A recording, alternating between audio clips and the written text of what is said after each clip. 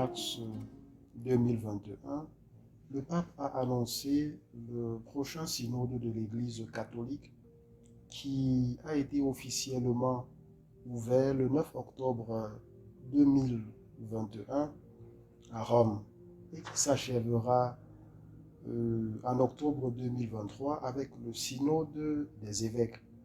La convocation d'un tel synode répond à l'urgence de réfléchir sur la mission et la vie de l'Église en ce troisième millénaire, aux défis particuliers. Le mot synode vient de deux mots grecs. Nous avons hodos qui veut dire cheminer et nous avons soum qui veut dire ensemble. En fait, le synode, c'est le fait de cheminer ensemble.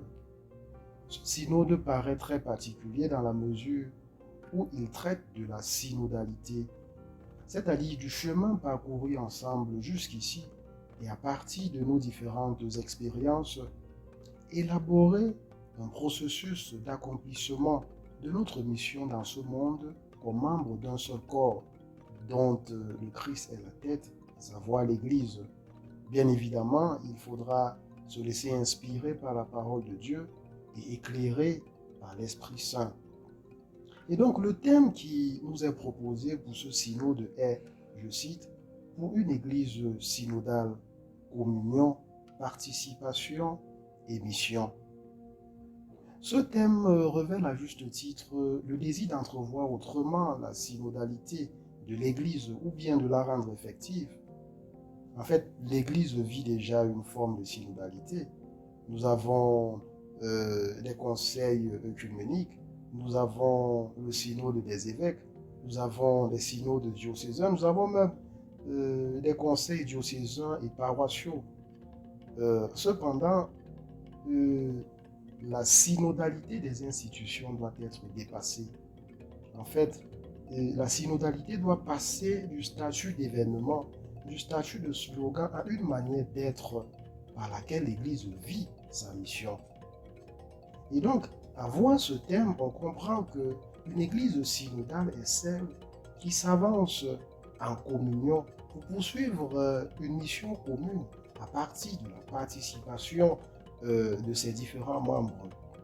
Et durant ce synode, justement, il s'agira pour le peuple de Dieu de s'écouter mutuellement les uns les autres, de discerner les signes des temps, afin d'engager un processus de croissance authentique dans la mission à laquelle Dieu nous appelle aujourd'hui. Et c'est là que nous pouvons voir une accointance entre l'année ignatienne et ce synode. En fait, au moment où l'Église nous invite à travers ce synode à entrevoir autrement notre vie et notre mission en tant que corps du Christ dans ce monde, la compagnie de Jésus, à travers les 500 ans de la conversion de son fondateur, Saint Ignace de Loyola, nous appelle à une transformation profonde à travers l'expérience spirituelle de ce dernier contenu dans les exercices spirituels.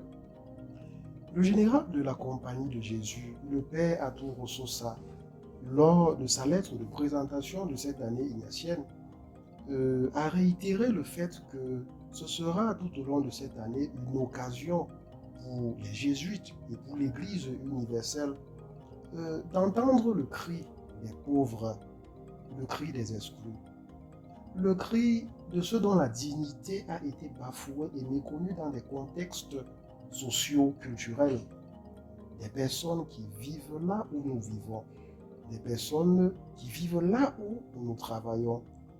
Ce faisant, il s'inscrit en fait dans la même perspective que le synode, dont le but, d'après le document Vademecum, n'est pas cette fois-ci de produire des documents, n'est pas cette fois-ci de produire des textes et de sortir des décrets, mais le but du synode, en fait, est d'inciter les gens à rêver de l'Église que nous sommes appelés à être. Une Église qui pense les plaies, une Église qui pousse les gens à s'aimer, une Église qui tisse des relations humaines et fraternelles dans lesquelles on s'arrête main dans la main pour travailler ensemble pour la mission commune de l'Église. Et à travers l'année ignatienne, la Compagnie de Jésus participe à cette mission commune de l'Église en proposant justement un cheminement spirituel qui débouche sur la transformation et la conversion. Une conversion à l'issue de laquelle on apprend désormais à voir toutes choses nouvelles en Christ. La nouveauté ici implique forcément le renouvellement des mentalités et le renouvellement des perspectives évangélisatrices et apostoliques qui peuvent faire émerger de nouvelles idées porteuses d'espoir. Et c'est là où nous voyons justement le lien entre l'année ignatienne et les préférences apostoliques universelles de la Compagnie de Jésus.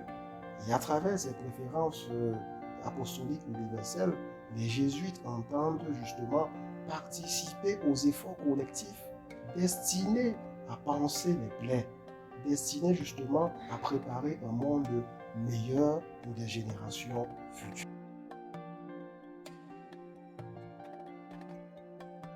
Ceci dit, l'année ignatienne se situe au même diapason que la synodalité, car elle conjugue communion, participation et mission. Elle invite tout le peuple de Dieu, sans distinction commune, à une conversion et à un discernement individuel et communautaire. Et dans ce sens, elle apparaît comme un moyen par lequel l'Église peut mieux accomplir sa mission et parvenir à une meilleure expression de sa synodalité.